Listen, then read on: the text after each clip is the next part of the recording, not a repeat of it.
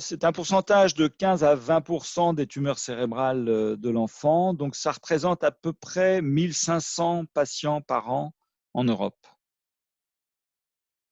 Malheureusement, les gliomes de haut grade font partie des maladies les plus graves parmi les cancers de l'enfant, avec des chances de survie qui sont pour la plupart inférieures à 50%, et même dans certains cas de gliome, certains sous-types de gliome, inférieurs à 10%. Donc ce sont des maladies extrêmement graves. La plupart de ces patients sont traités de toute façon par radiothérapie.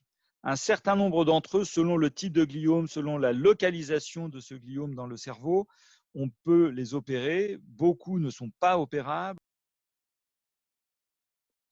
Alors, c'est un objectif qui est double. C'est donc une première utilisation chez l'enfant, mais aussi une des premières utilisations chez l'être humain, puisqu'il y a très très peu encore de patients, y compris adultes, qui ont été exposés à ce médicament. Le but de ce traitement, c'est d'augmenter l'efficacité de la radiothérapie. C'est un médicament qui va inhiber la réparation de l'ADN après radiothérapie dans les cellules tumorales. Donc, c'est comme ça qu'il augmente l'efficacité de la radiothérapie. Dans une circonstance particulière, puisqu'il s'agit de tumeurs qui récidivent.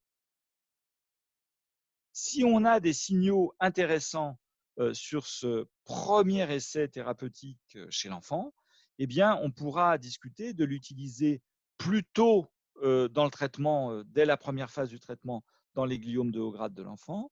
Et on pourra aussi être amené à l'évaluer peut-être dans d'autres tumeurs, et en particulier d'autres tumeurs cérébrales de l'enfant, en première ligne, lorsqu'on utilise la radiothérapie pour augmenter le contrôle de ces maladies par le traitement.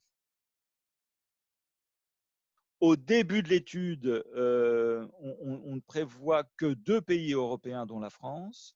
Dans le développement ultérieur de cette étude, on espère pouvoir inclure plus de pays européens, jusqu'à 5. Nous espérons pouvoir ouvrir l'étude en premier trimestre 2021. Et là, je pense qu'il faudra quand même attendre 2 à 3 ans avant d'avoir les premiers résultats, disons, solides de cette étude. Que Fight Kids Cancer ait réussi à mobiliser des moyens pour soutenir, pour créer cet appel d'offres et soutenir ces projets est absolument formidable. Ce qui est très important aussi de dire, et je pense que c'est important pour les donateurs qui sont à l'origine des financements de Fight Kids Cancer, ces projets ont été évalués par des comités scientifiques indépendants, ce qui est rassurant sur la bonne utilisation de ces fonds collectés. Mais c'est une aide énorme que vous nous apportez en soutenant ces 6 projets.